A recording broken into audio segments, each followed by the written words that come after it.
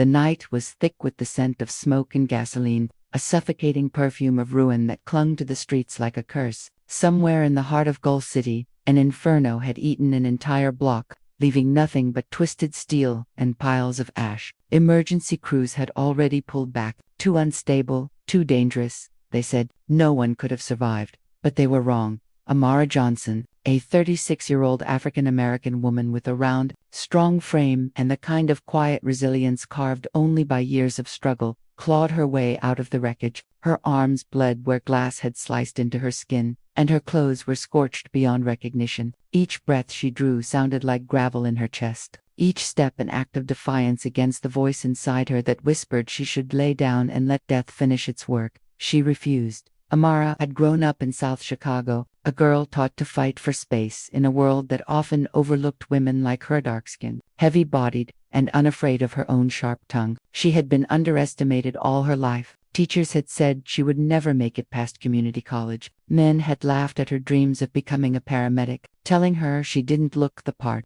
Even her mother, weary from her own battles, had warned Amara not to expect too much from the world. But Amara was a woman who didn't take kindly to being told what she couldn't do. Now, as she stumbled into the night, a survivor when no one else had made it out, she realized the fire had burned away not just buildings but illusions. Something had changed inside her. She didn't just survive by accident, she had been chosen, or cursed. The sirens in the distance wailed like mourning voices, but they were not for her. No ambulance had come back for her. No police tape had marked her survival. She was invisible, erased by assumption, and yet she walked. Her curly black hair, matted with soot, clung to her face. Her large brown eyes, normally soft with warmth, now carried a strange light. Fear, yes, but something else, too. Purpose. She stopped in front of a broken storefront window, its shards reflecting her battered figure under the orange glow of streetlights. She almost didn't recognize the woman staring back. Her cheeks, round and smeared with ash, made her look older. Her lips trembled as though words were forming but refusing to come out. And her eyes, those eyes no longer belonged to a woman who blended into crowds. They belonged to someone who had seen death and walked away. 3 blocks away, Detective Marcus Hale was finishing his 3rd cup of burnt coffee in a patrol car. Hale had worked Gull City streets for 20 years and had buried more friends than he could count. When the call about the fire came in, he had arrived only in time to watch the flames consume everything. The official report was already being drafted. No survivors. So when he saw Amara dragging herself down the street, barefoot and bloodied but alive, he nearly dropped his cup. He rushed out, his heavy boots pounding the pavement. Hey, Matt, he shouted, waving his flashlight. Stop, don't move, you're hurt. Amara froze, her chest heaving. For a split second, she thought about running. Instinct told her not to trust anyone, not even the man with concern in his eyes. Who are you? She rasped. Her voice sounded foreign, a jagged echo in her own throat. I'm Detective Hale, he said, lowering his tone. You're safe now. Jesus, they said no one survived that. He looked over his shoulder toward the smoking ruins. How the hell did you make it out? Amara's lips parted. She could have told him the truth, that she had crawled through fire and steel, that something inside her refused to give in. But even as she searched for words, a darker thought pressed against her mind. What if the real reason she survived wasn't something she wanted to admit out loud? I don't know, she whispered. Helly escorted her to his car, draping his coat over her shoulders. The warmth was almost unbearable after the cold night air. And for a moment Amara closed her eyes, letting herself feel human again. But only for a moment. At the station, things moved quickly, too quickly. Paramedics patched her wounds, but the way they looked at her made Amara uneasy, like she was some kind of anomaly, a ghost with a heartbeat. The questions came next. Where was she when the fire started? Did she see anyone else? Did she notice anything unusual? Her answers were halting, confused. She remembered smoke seeping under doors, people screaming, the sound of glass shattering, but there were gaps, blank spaces in her memory, where something should have been. Every time she tried to focus, a stabbing headache silenced her. By dawn, the fire chief made a statement to the press. The blaze claimed all residents of the building. No survivors have been identified. Amara stared at the television in the corner of the interrogation room. The crawl at the bottom of the screen repeated it over and over. No survivors. She touched her chest, feeling the steady thump of her heart, and whispered, then what does that make me? Her nightmare had only just begun. because while Gull City believed she had died, the truth of her survival was about to draw attention from places far darker than the fire that tried to consume her. And Amara Johnson, a 36-year-old woman who had already been overlooked her whole life, was about to become the most wanted person in the city, not for what she had done, but for what she had unknowingly carried out of those flames. The city woke slowly, the way a wounded beast stirs after being struck. Morning sunlight crept across Gull City, painting the cracked sidewalks in gold, but it couldn't disguise the black scar of the burned district. Smoke still drifted lazily from the ruins, carrying the bitter stench of death. Reporters in pressed suits crowded the caution tape, waving microphones like weapons, demanding answers. The answer was simple, official, and repeated endlessly: no survivors. But Amara Johnson sat in a sterile interrogation room, very much alive. She leaned against the cold metal table, her broad shoulders slumped but her eyes sharp, scanning every corner of the room as if searching for a hidden threat. Her thick, scarred hands twitched whenever she heard footsteps outside the door. 36 years of fighting for respect in a city that had none to spare had made her cautious. Surviving the fire only sharpened that edge. Detective Marcus Hale entered with 2 cups of coffee, setting one in front of her. His tired face carried the weight of sleepless nights, but his voice was calm. Drink. You look like hell. Amara arched an eyebrow, her voice hoarse but steady. You always this charming to women you find crawling out of fire. A small smile tugged at his lips. Only the ones who make headlines without knowing it. The coffee scalded her tongue, bitter and cheap, but it grounded her. She needed grounding, because since the fire, she hadn't been able to shake the feeling that something unseen was following her, pressing against her skin like static. Hale slid a folder across the table. Inside were grainy photographs of the building before the fire, tenants, businesses, lives reduced to ashes. He tapped one image, a man in his 50s, salt and pepper beard, sharp eyes behind thick glasses. Dr. Elias Monroe, Hale said, lived on the 3rd floor. University researcher, some kind of biochemical lab work. Amara squinted at the photo. The man looked vaguely familiar, though she couldn't place him. Why show me this? She asked. Because his body hasn't been found, and because witnesses claim you were seen entering his apartment the night of the fire. Amara froze, the coffee cup hovering just short of her lips. That's impossible. I didn't. She stopped, gripping her head. The stabbing pain returned, sharp enough to make her wince. Images flickered behind her eyes, a lab filled with glass vials, the smell of disinfectant, Monroe's voice saying something she couldn't quite recall. She looked up, breathing hard. I don't remember. Hale leaned back, studying her. Memory gaps aren't uncommon after trauma. But Amara, people don't just walk out of fires like that. You should be dead. The words hung heavy in the air. She swallowed, forcing herself not to look away. Maybe I was meant to live, she whispered. Hale didn't answer. Instead, he slid the folder away and stood. Rest. Someone will come check on you soon. But Amara didn't rest. As soon as he left, she pushed the coffee aside and pressed her palms flat against the table, grounding herself. Something was wrong, deeply wrong. The headache returned, sharper now, dragging another fragment of memory. Monroe shoving a small fireproof case into her hands, his face pale with terror, his voice urgent, desperate. If anything happens, get this out. Don't let them find it. Her eyes flew open. She looked down at her hands, empty now, but she remembered clutching that case in the chaos, clutching it so tightly her knuckles had gone white.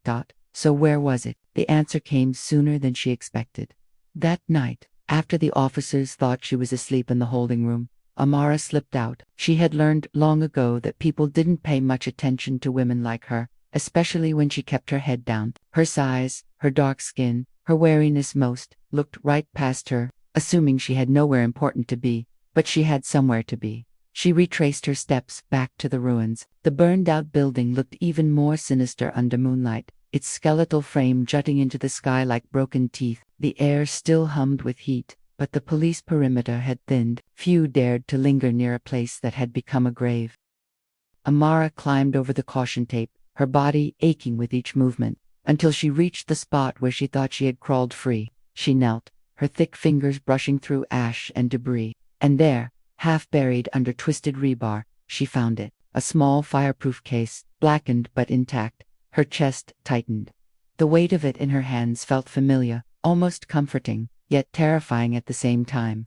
She wanted to open it right there, but instinct screamed no. Not here, not now. And then she heard it dash footsteps. She spun, clutching the case to her chest. Out of the shadows stepped two men in suits too sharp for the hour, their eyes hidden behind reflective glasses. They moved with the confidence of predators, each step precise, unhurried. "Ms. Johnson," one of them said, his voice smooth as oil. "You have something that doesn't belong to you." Her heart hammered. "I don't know what you're talking about." "Hand it over," the other man said, reaching into his coat. Amara's instincts flared. She didn't wait to see the weapon. She bolted. Her legs, strong from years of carrying a body the world dismissed as too heavy, propelled her forward with surprising speed. She darted through the ruins, leaping over beams, sliding under collapsed walls. The men followed, their footsteps pounding like war drums. She didn't stop until she reached the street. Lungs burning, sweat stinging her eyes, she glanced back once too long. A hand grabbed her arm. She twisted, slamming her elbow into the man's ribs with all her strength. He grunted, loosening his grip, and she tore free. The case thudded against her chest as she ran into the night, the city swallowing her whole. When she finally stopped, she was miles away, crouched in the shadows of an abandoned bus station. Her breath came in ragged gasps, her chest heaving. Slowly, she opened the case. Inside were vials, 6 of them, glowing faintly with a bluish light that pulsed like a heartbeat. Nestled beside them was a flash drive, its surface scratched but intact. Her stomach knotted. Whatever Monroe had given her wasn't just valuable, was dangerous. And suddenly, she understood why she had survived the fire, not by chance, not by miracle, but because someone, somewhere, needed her alive to carry this burden. In the distance, sirens wailed again. Not the wails of mourning this time, but the hunt. Amara Johnson, the woman Gull City believed dead, had just become its most dangerous secret. And secrets never stayed buried for long. Gull City never slept. But it knew how to hide its sins in the folds of darkness. From the roof of a crumbling parking garage, Amara Johnson clutched the fireproof case against her chest, scanning the maze of streets below. The vials inside seemed to hum through the metal, vibrating against her skin as though they had their own pulse. She had survived fire. She had survived men in suits with dead eyes, but she could not survive ignorance. She needed answers, and fast. By dawn, the city began to stir again, coughing itself awake with the grind of buses and the metallic groan of the subway. Amara, 36 years old and built like someone who had weathered storms her whole life, moved through the streets with her hood pulled low, her curly black hair, stiff with ash, stuck to her damp forehead. Strangers barely glanced at her. Most saw just another weary face in the urban tide. But the truth pressed heavy on her chest. She was not just another face anymore. She was a ghost who had walked out of death, and now the living wanted her erased for real. Detective Marcus Hale had been pacing his office all night when he returned to the ruins and found Amara gone. Panic gripped him harder than he cared to admit. Something about her survival gnawed at him. She was no ordinary witness. She was the thread dangling from a sweater, and if someone pulled hard enough, the whole city might unravel. His phone buzzed, an unlisted number. He frowned before answering. "You're looking in the wrong places, detective," a voice said. Smooth, male, amused. "Your survivor has already vanished. She carries something dangerous, something she doesn't understand." Hell stiffened. "Who is this?" The line went dead. Meanwhile, Amara had found refuge in a cramped diner on the edge of the industrial district. The kind of place where grease clung to the air and the waitress looked like she'd been there since the 70s. Amara slid into a booth, the case tucked against her thigh. She ordered coffee and eggs. She had no appetite for more. Her reflection in the window startled her. Swollen eyes, bruised cheeks, a broad face marked by exhaustion. She looked older than 36. She looked hunted. The waitress, a sharp-eyed woman, in her 50s, poured her refill with the kind of quiet concern that mothers and strangers sometimes shared. "Rough night?" she asked softly. Amara forced a smile. "You could say that. Whatever it is, honey, you'll get through." The woman tapped the table once, like a blessing, then moved on. For a moment, Amara almost believed her. She opened the case under the table, careful not to draw attention. The vials glowed faintly, their bluish light seeping through her fingers. The flash drive stared back at her like an accusation. Dr. Monroe's voice returned in fragments. "Don't let them find it. If anything happens, it has to survive." Amara plugged the drive into her second-hand phone. A single folder appeared. locked behind encryption. She knew nothing about hacking, but one file label caught her eye. Project Ashes. Her pulse quickened. She clicked, and for a heartbeat the screen filled with lines of code and diagrams. Then black. Her phone went dead. She hissed under her breath, and then she saw it. Across the diner, reflected in the window, two men in dark suits had entered. Their eyes scanned the room, clinical, patient. The same kind of men who had chased her the night before. Panic coiled tight in her chest. She grabbed the case and slid out of the booth, moving quickly but not too quickly. If she ran now, she'd draw eyes. She forced her body to move like any other tired customer paying her bill and heading out the door. Outside, the city air hit her like a slap. She crossed the street, weaving through morning traffic, ignoring honking horns. Behind her, she caught the glint of mirrored sunglasses. The chase was on again. Amara knew she couldn't outrun them forever. She needed help. But who in the city could she trust? Her mind went to Detective Hale. He had looked at her not like a freak or a target, but like a person. He hadn't believed she should be alive, but he hadn't tried to erase her either. Maybe, just maybe, he was her only chance. She ducked into an alley, heart hammering, and dialed his number from memory. She had seen it on his card back at the station. When he answered, his voice was sharp. "Johnson, where the hell are you?" "Being hunted," she whispered, "by men in suits. They want what I have." There was a pause. "What do you have?" "I don't even know yet," she said. "But I need to show you. Please." Another pause. Then, "Meet me at the old clock tower. Noon. And Johnson, don't let anyone else see you." The line went dead, but hope flickered in her chest. The clock tower was a relic of another era, when Gull City pretended it was grander than it was. Its stone facade was cracked, its hands frozen at 1147 for decades. Few people came near it anymore, except the homeless who used its shadow for shelter. Amara arrived early, slipping into the shade, clutching the case like a lifeline. Every sound made her jump. Pigeons scattering, bottles breaking, distant sirens. When Hale finally appeared, he looked more tired than before but also more determined. He approached slowly, hands raised. "You made it." "I almost didn't," Amara said, her voice low. She handed him the case.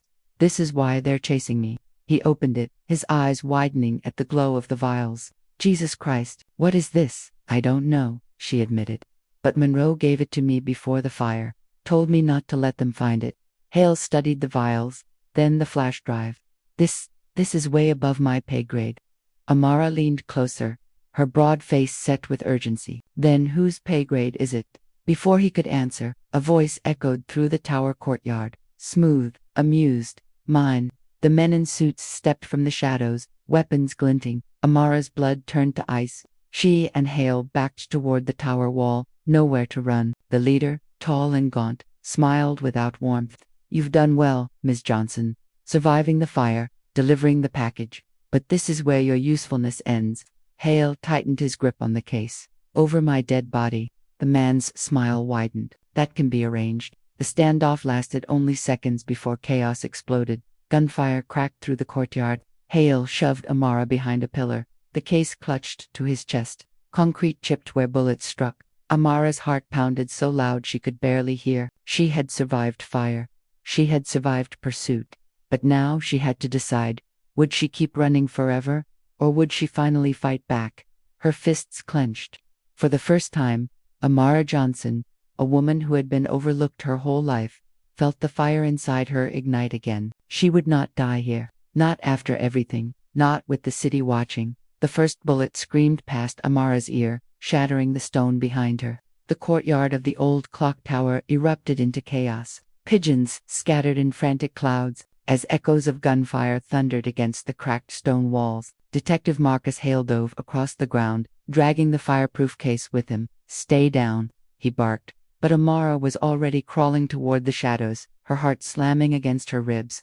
She had survived a building collapsing on her. She had survived choking smoke and impossible flames. But this, the staccato rhythm of bullets tearing through air, was a different kind of terror. This was death delivered cold and deliberate. The men in suits moved with precision, their black jackets flowing like liquid shadows. The leader, gaunt and sharp-faced, advanced with unnerving calm. His gun never wavered. "Hand it over, detective," he called, his voice almost polite. "There's no reason for either of you to die here." Hale snarled, firing back. Stone dust burst into the air as his bullets struck the wall inches from the leader's head. No reason, Hale shouted. You've burned down a whole lab to cover your tracks. You killed God knows how many people. The man's smile remained eerily steady. Collateral progress demands sacrifice. Amara's stomach turned. These were the people Dr. Monroe had feared. These were the people she had been running from all along. A sudden movement caught her eye. One of the agents flanked them, slinking along the edge of the courtyard, trying to corner Hale. Something primal snapped inside Amara. She grabbed a chunk of broken stone and, with a grunt, hurled it as hard as she could. It struck the man in the temple. He stumbled, swearing, his shot going wide. Hale seized the opening, rolling to the side and firing again. The agent collapsed. Nice throw, Hale shouted. Amara's chest heaved. Her palms scraped raw. For the first time in her life, the weight of her body broad, strong, heavy felt like a weapon instead of a burden. But the fight was far from over. The gaunt leader raised his hand, and more black-suited men emerged from the shadows. At least for maybe 5, Amara couldn't tell. The courtyard had become a trap. Fall back inside, Hale ordered, dragging her toward the clock tower door. He kicked it open, and the two of them stumbled into the dark interior. The heavy wooden door slammed shut behind them, bullets thudding into its surface like fists demanding entry. The inside of the tower smelled of rot and dust. Old wood and forgotten time. A narrow spiral staircase twisted upward into darkness. Move, Hale said, and they began to climb. Amara's legs burned with every step, but she didn't stop. She clutched the rail, her breath ragged. Her 36-year-old body screamed at her, but adrenaline pushed her higher. Behind them, the agents forced the door open. Their footsteps echoed like war drums on the stone floor below. They're coming, she gasped. Keep going, Hale said. They climbed until the staircase opened into the belfry. Rusted gears and the massive frozen clock face loomed over them. Sunlight bled through cracks in the stained glass, painting their sweat-slicked faces in fractured colors. For a moment, it was almost beautiful. Then the first agent appeared below. Gun raised, Hale shoved Amara behind a gear the size of a wagon wheel. Stay down, he fired, dropping one man, then another. But there were too many. Bullets ricocheted, ringing like metal screams. Glass shattered, raining down sharp fragments. Amara ducked low, covering her head. She thought of Monroe's voice, the warning in his eyes. She thought of her parents, gone years ago. She thought of her little niece back in Chicago, who believed Amara was just an ordinary woman working an ordinary job. If she died here, no one would ever know why. No one would ever know the truth. Something inside her hardened. She crawled toward the case. Hale was pinned down, his clip running dry. The agents closed in, advancing step by step like predators. Amara grabbed the case, her fingers trembling. She yanked it open and pulled out one of the glowing vials. The light pulsed against her skin. Put that down, the gaunt leader barked. His voice, for the first time, held urgency. Fear. Amara realized this was power. Whatever was in the vial, it terrified them. Her hand shook as she held it up. What is this? What the hell did you burn all those people for? The leader's eyes flashed. That is not for you to understand. Too bad, she said, her voice cracking but steady. Because I'm not letting you have it. Hale fired his last bullet, striking another agent. But now only 3 remained, including the leader. They advanced. Amara's back pressed against the clock's frozen gears. She clutched the vial tighter. One more step and I smash it. The leader froze. His calm mask slipped, replaced by something sharper, uglier. You wouldn't dare. Amara met his eyes. Try me. For a suspended heartbeat, the world held still. Then, the leader's radio crackled. A distorted voice issued an order Amara couldn't quite catch. Whatever it was, it made him tense. He scowled, then raised a hand. Retreat. The remaining agents hesitated. You heard me, he snapped. Fall back. For now. They withdrew slowly, melting into the shadows of the tower. Within moments, silence returned, broken only by Amara's ragged breathing and the grinding of ancient gears. Hale slumped against the wall, wiping blood from his forehead. I don't know who the hell you are, Johnson, but you've just scared the devil himself. Amara sank to the floor, the vial glowing in her lap. I'm nobody, she whispered. Just a woman who should have died in that fire. Not anymore, Hale said. Now you're the most wanted person in Gull City. Amara laughed bitterly, a sound that cracked in her throat. She looked at the vial again. Its light pulsed like a heartbeat, steady and alive. Whatever Project Ashes was, it was no ordinary science experiment. It was something powerful enough to burn down a lab, kill dozens, and make men in suits afraid. And now, it was in her hands. Far below, the city went about its business, oblivious to the war being fought in its shadows. But Amara knew. She had survived fire, she had survived bullets, and she would survive this too, because she had no choice. The ghosts of Goal City were awake, and she was one of them now. The city stretched below like a restless animal, growling in the distance with the rumble of traffic and the wail of sirens. From the cracked windows of the clock tower, Amara Johnson stared out over Gull City, her chest still heaving. The vial glowed faintly in her palm, its eerie blue light painting her broad brown fingers in ghostly hues. 36 years old, heavy-set and scarred by smoke, she had never felt so small and so dangerous at the same time. Behind her, Detective Marcus Hale rummaged through the fireproof case again. His jaw tightened as he examined the flash drive. Project Ashes, he muttered. I've heard whispers, classified experiments, contracts buried in City Hall. I thought it was rumor, but this, he glanced at the vial, this makes it real. Amara tore her eyes from the skyline. They killed everyone to keep it quiet. They tried to kill me. What's in this thing? Hale shook his head. If I knew, I'd have walked away years ago. But someone doesn't burn down a lab unless they're hiding something that could shift the balance of power. His words sat heavy between them. They descended the tower cautiously, Hale keeping his gun drawn even though the agents had retreated. Every creak of the old wood made Amara flinch. Her nerves felt like wires pulled too tight. When they reached the street, Gull City's rhythm swallowed them again. People hurried past without a glance, never noticing the case Hell carried or the fear etched into Amara's round, smoke-marked face. To the city, they were nobodies. Ghosts. Where do we go now? Amara asked.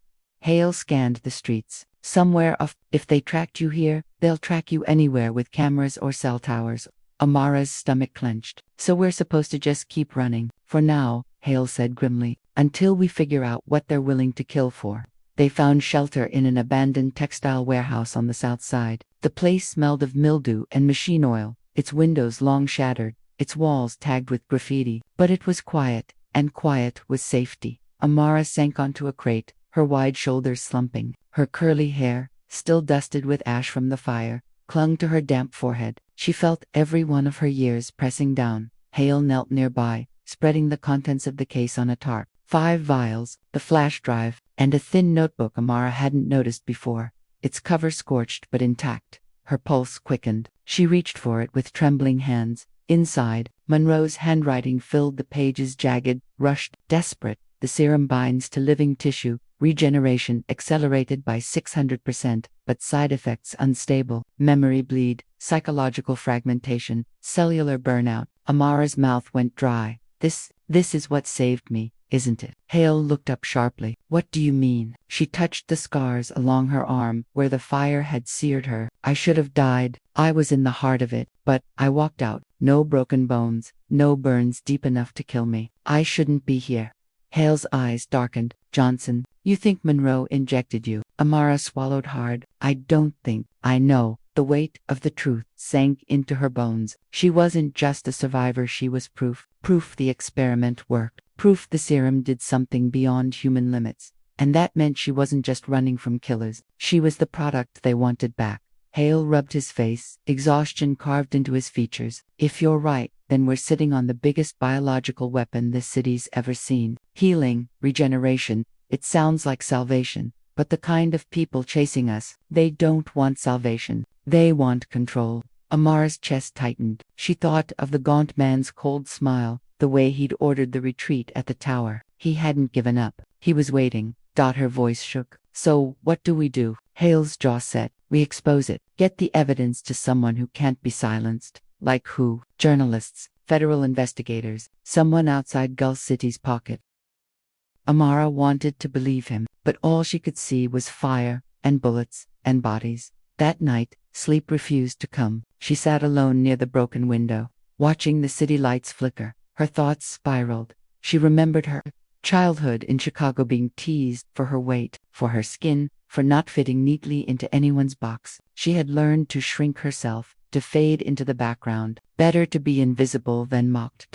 But now, invisibility was gone. Now men in suits wanted her erased, not because she didn't matter, but because she mattered too much. Her reflection in the cracked glass stared back at her, a tired, heavy-set black woman with smoke-stained skin and eyes too old for her years, a woman reborn in fire, carrying something no human should. She whispered into the night, "Why me?" The city didn't answer. By morning, Hale had mapped out a plan. "We'll move tonight. There's a contact I trust, an old reporter who never stopped digging, even when they shut him down. If anyone can blow this open, it's him."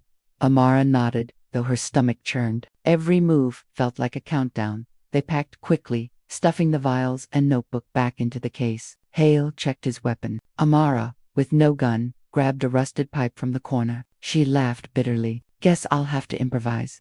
"You did fine with that rock yesterday," Hale said, a ghost of a smile tugging at his mouth. Her cheeks warmed. For once, her size, her strength, it wasn't something to hide. As dusk fell, they slipped through the city's arteries, rooftops, forgotten stairwells. Amara's legs burned, her breath sharp, but she kept moving. She had no choice. The rendezvous point was an old subway station, abandoned after a collapse decades ago. The reporter would meet them there. But when they arrived, Amara's gut twisted. The station was too quiet. No rats, no dripping pipes, just silence thick enough to choke on. Hale noticed too. His hand brushed his gun. Something's wrong. The shadows moved. From the tunnels emerged the men in suits, at least a dozen this time. Their footsteps echoed like a funeral march. And at their center the gaunt leader, his pale face stretched into that same terrible smile.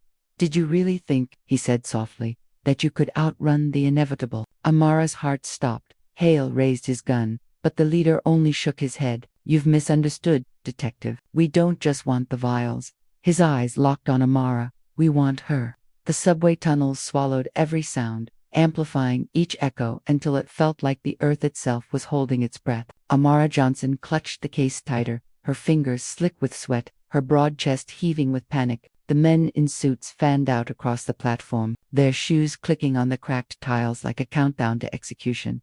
The gaunt leader stepped forward, his pale face gleaming beneath the flickering fluorescent lights. His smile was soft, but it made Amara's skin crawl. "Miss Johnson," he said, voice calm, as though they were meeting over coffee instead of a battlefield. "You've carried our property long enough. It's time to come home." Amara's stomach lurched. Home, as if she had ever belonged to them. Detective Hale raised his gun, teeth bared. "She's not yours." The leader tilted his head, amused. "Not yet, but you can't deny what she is."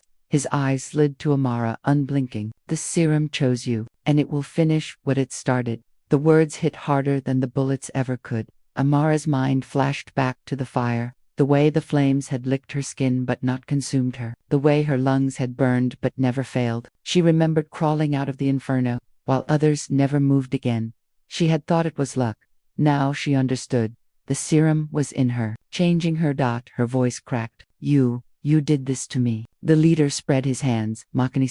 "Not to you, specifically. You were merely convenient, a subject of opportunity." Amara's vision blurred with rage. She had always been overlooked, underestimated, dismissed because of her body, her skin, her silence. And now, to these people, she wasn't even human, just a container. Her grip on the case tightened. "I'm not your experiment." Gunfire shattered the silence. Hale fired first, dropping one of the agents. The tunnel exploded into chaos, shouts, muzzle flashes, the acrid stink of gunpowder filling the air. Amara ducked behind a pillar, her heart hammering, clutching the case like a shield. Bullets chipped stone, inches from her head. She had no weapon but the rusted pipe in her hand. But adrenaline surged through her, making her limbs feel stronger, heavier, alive. One agent lunged for her. Instinct roared in her chest. She swung the pipe. It connected with his jaw in a sickening crack. He dropped.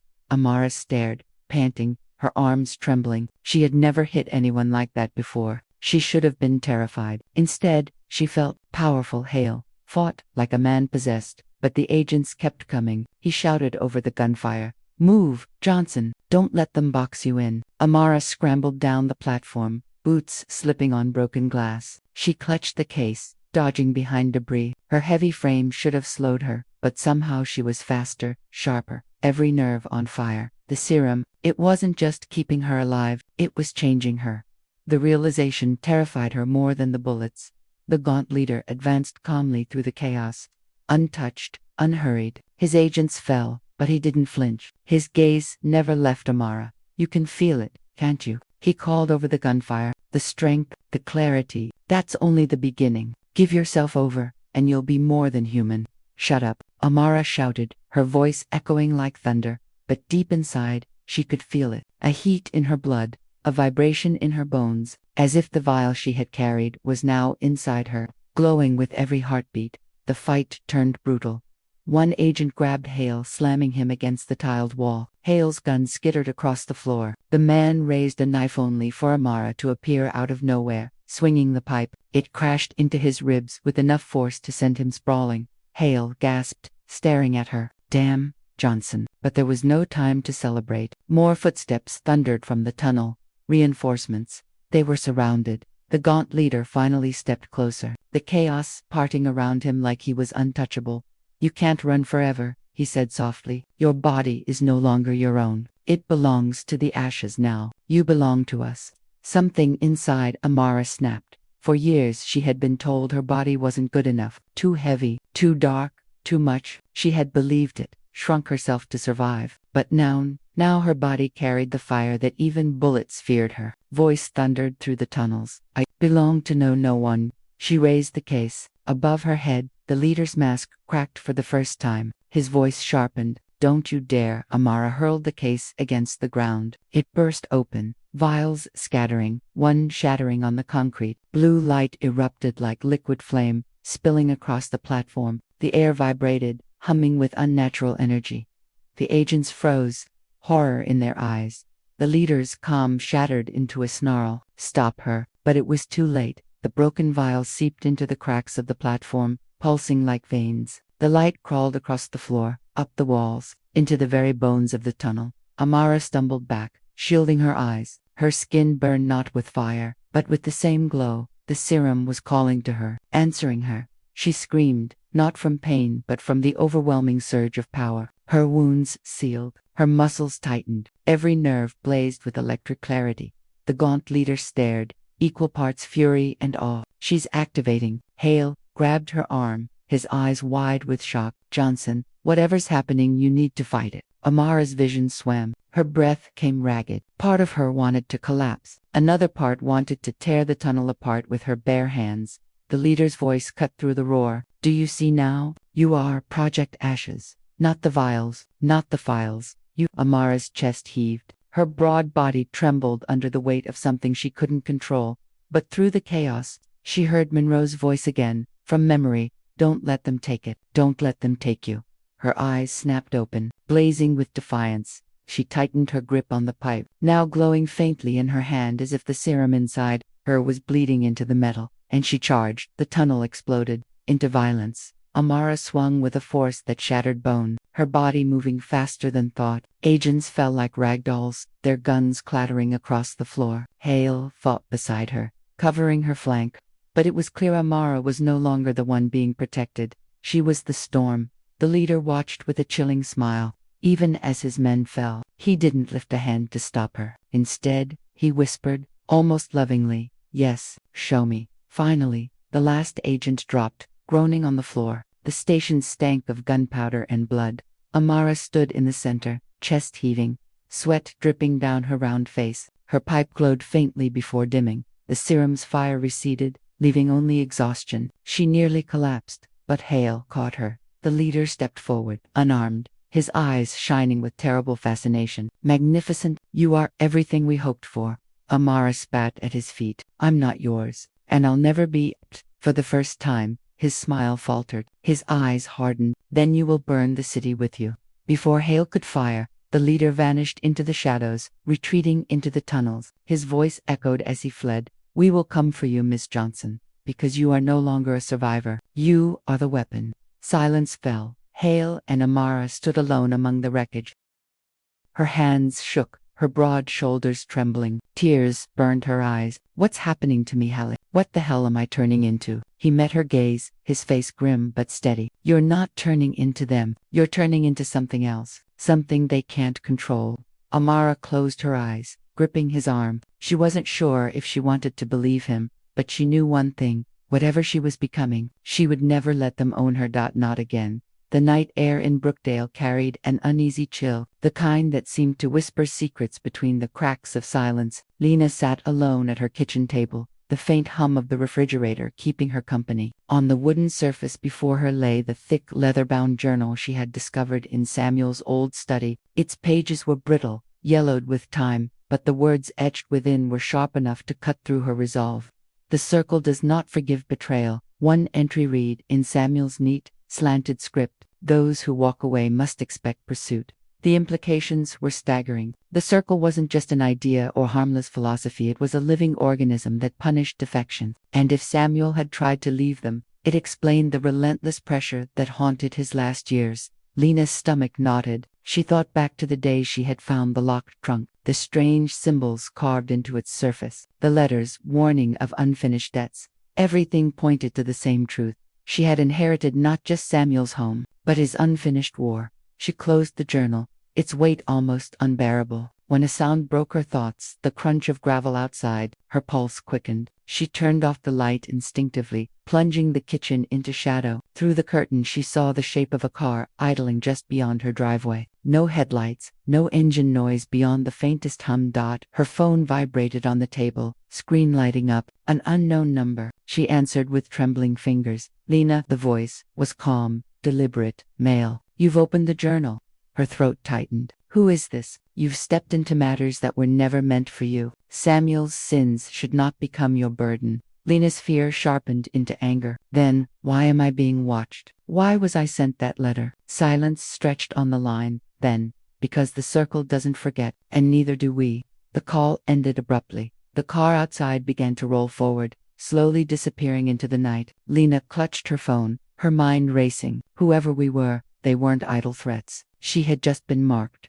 The next morning, she reached out to Claire, her most trusted friend since college. Claire had always been the realist, the one who could steady Lena's storms. They met at a quiet cafe downtown, where the bustle of life seemed almost too normal against the weight of Lena's words. "Lena, this is dangerous," Claire whispered, after hearing everything. "If Samuel was running from them, what makes you think you'll succeed where he failed?" "I don't know," Lena admitted, "but I can't just walk away. If they're watching me, then ignoring it won't make it stop." Claire placed a hand over hers, warm and grounding. "Then we need to be smarter. If this circle is real, they must have left traces, people, documents, something we can use." Lena nodded, a flicker of resolve sparking. She wasn't alone anymore. That night, she returned to Samuel's study with renewed purpose. She pulled every book, sifted through every drawer, until her fingers brushed against a false panel at the back of the desk. With effort, she pried it open. Inside lay a bundle of letters bound with twine, stamped with seals she didn't recognize. Each was addressed not to Samuel, but to Elle Hayes, her name. The oldest letter was dated years before her birth. Trembling, she unfolded it. "The legacy cannot end. When the time comes, the chosen will rise. Protect the key, and the path will reveal itself." A chill swept over her. Samuel hadn't stumbled into this conflict. He had been preparing her for it all along.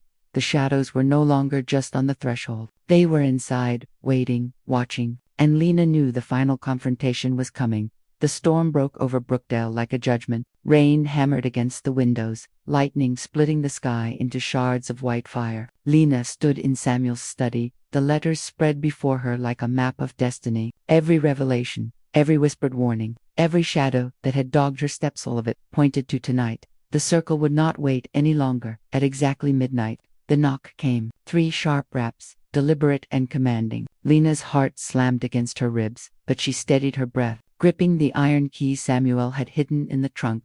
When she opened the door, 2 figures stood cloaked in black, their faces obscured by the hoods of rain-soaked coats. Between them, an older woman stepped forward, her presence like a blade unsheathed. Her eyes glimmered darkly in the stormlight.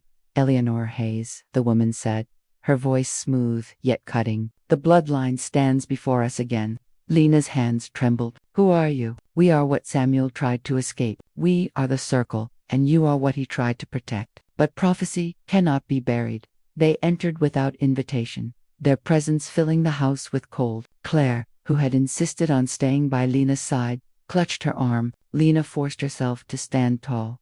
What do you want from me? She demanded. That the woman's lips curled into a thin smile. Not from you. Through you. Samuel carried the burden, but you were always meant to inherit it. The key you hold unlocks more than metal, it unlocks our covenant. The iron key burned hot in Lena's palm, as if alive. She remembered the letters, the warnings. Protect the key, and the path will reveal itself. Her mind raced. If she surrendered, she would become nothing more than a vessel for their designs. But if she resisted, she risked the full fury of the circle. The leader raised a hand, and the two cloaked figures stepped forward. Claire pulled Lena back, her eyes blazing. You're not taking her, she spat. For a heartbeat, Lena thought her friend might be struck down instantly. But instead, the woman laughed a low, chilling sound. Ah, loyalty. How quaint. The storm outside roared louder. The study doors rattled on their hinges. And then, as if guided by fate, Lena's gaze fell upon the final journal Samuel had hidden, the one she hadn't dared to open. She snatched it up,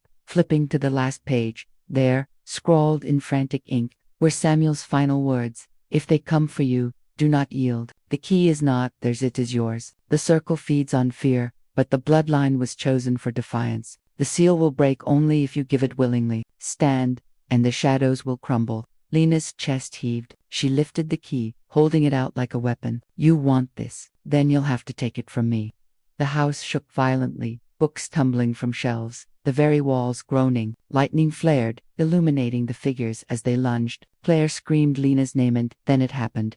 The key split apart in Lena's hands, shattering into fragments of molten light. The storm outside surged inward, wind and thunder colliding with unnatural force. The cloaked figures were hurled back, their hoods ripped away to reveal faces twisted in terror. The leader shrieked, shielding her eyes as the light consumed her form. No, she howled, before dissolving into ash that scattered like smoke on the wind. The others followed, their cries cut short, until the house fell silent. Lena collapsed to her knees, the fragments of the key fading into nothingness. Her whole body shook, but inside, a strange calm bloomed. The circle was broken not by submission, but by defiance, exactly as Samuel had written. Claire dropped beside her, clutching her shoulders. It's over, she whispered, almost in disbelief. But Lena knew better. As the last echo of thunder faded, she looked at the ruined study, the scattered letters, the empty place where the circle's shadow had stood. No, Lena said softly, her voice steady now. It's only beginning. Samuel left me more than warnings. He left me a choice, and I won't run.